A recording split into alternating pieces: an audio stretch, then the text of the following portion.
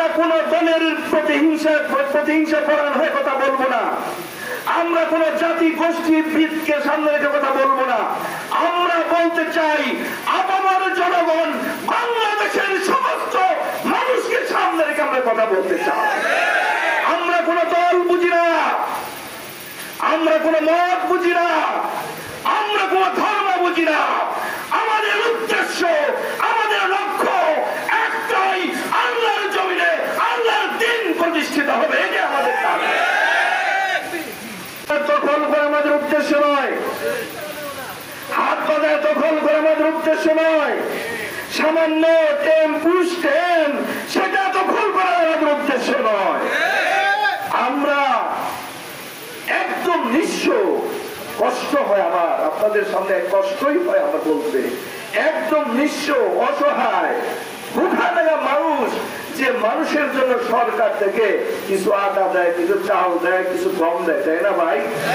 সেই আটা, সেই চাল, সেই গম গুলো নেওয়ার জন্য যারা পায়খানা করে তাদের বিরুদ্ধে আমাদের বক্তব্য। আমরা অসহায় নিঃস্ব দরিদ্র ভুখা থাকা মানুষের অধিকার ফিরিয়ে দিতে চাই। তোমরা আমাদেরকে যত কষ্টই দাও, কোন কষ্ট আমরা কষ্ট মনে করবো না। আল্লাহর জমিনে আল্লাহর দ্বীন প্রতিষ্ঠিত হোক, এটাই আমাদের কামনা, এটাই আমাদের ভাষা, কথা ঠিক কিনা?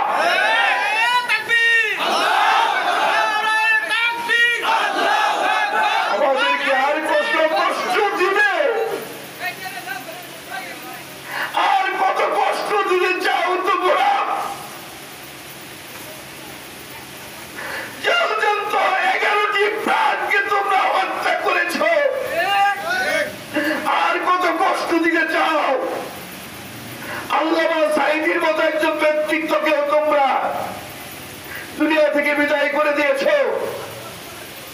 এরকম 11 জন শীর্ষস্থানীয় নেতাকে হত্যা করা হয়েছে, তাদের কোনো অপরাধ ছিল না। অপরাধ একটাই, ওমা নাকামু মিনহুম ইল্লা আইয়ুমিনু বিল্লাহিল আজিজিল হামিদ, এছাড়া তাদের কোনো অপরাধ ছিল না। বসুন্ধরা ডায়াপেন্ট এখন আরো উন্নত। এই হট এয়ার থ্রো টপশিট দ্রুত শোষণ করে সোনামণিকে দেয় কোমল অনুভূতি। অপরাধ একটাই, আল্লাহর জমিনে আল্লাহর দ্বীনকে প্রতিষ্ঠা করাই ছিল তাদের অপরাধ। ওখানে মানুষের মুখে হাসি ফোটানোই ছিল তাদের অপরাধ। সন্ত্রাস মুক্ত বাংলাদেশ গড়ে তোলাই অপরাধ ছিল তাদের, আর কোন অপরাধ ছিল না। দুর্নীতি মুক্ত বাংলাদেশ করতে যাওয়াটাই ছিল তাদের অপরাধ, আর কোন অপরাধ ছিল না। আমরা প্রতিহিংসার রাজনীতিতে বিশ্বাস করি না। আমরা কোন দলের বিরুদ্ধে কথা বলবো না, আমরা কথা বলবো আল্লাহ এবং আল্লাহ রাসূলের বিরুদ্ধে। যারা যাবে তাদের বিরুদ্ধে আমার বক্তব্য হবে, আর কারো বিরুদ্ধে হবে না, কথা ঠিক কিনা? আমরা মানবতার পক্ষে কথা বলবো, বাংলাদেশের পক্ষে কথা বলবো, হিন্দু ভাইদের পক্ষে কথা বলবো, বৌদ্ধের পক্ষে কথা বলবো, মুসলমানের পক্ষে কথা বলবো। কেউ যদি অন্যায় করে, অন্যায়ের বিরুদ্ধে আমরা কণ্ঠস্থ হব, প্রয়োজনে আমারও জীবন দেব, কথা ঠিক কিনা? প্রিয় ভাই আমার বক্তব্য শেষ। আমরা শুধু মুখেই বলি না, কাজেও বাস্তবায়ন করতে পারি? একটিবার সুযোগ করে দিই। আমি বিনয়ের সাথে বলবো, অনুনয়ের সাথে বলবো, যেভাবে বলতে বলেন সেভাবেই বলবো। দয়া করে দয়া করে দয়া করে একটিবার সুযোগ করে দিন বাংলাদেশ জামাত ইসলামীকে।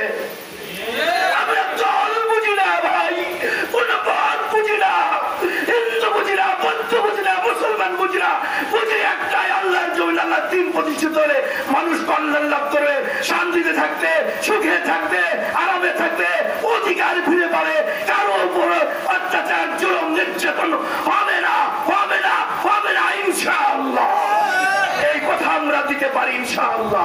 একটিবার তাই আপনাদের কাছে বিনয়ের সাথে আবেদন করছি, একটিবার সুযোগ করে দিন। 54 বছর দেখেছেন, আর কত দেখতে চান? আর কত লাভ চান? আর কত দর্শন চান? আর কত প্রতিহিংসা রাজনীতি চান? আর কত মায়ের বুক খালি করতে চান? আর কত বোনের দর্শিতা চান?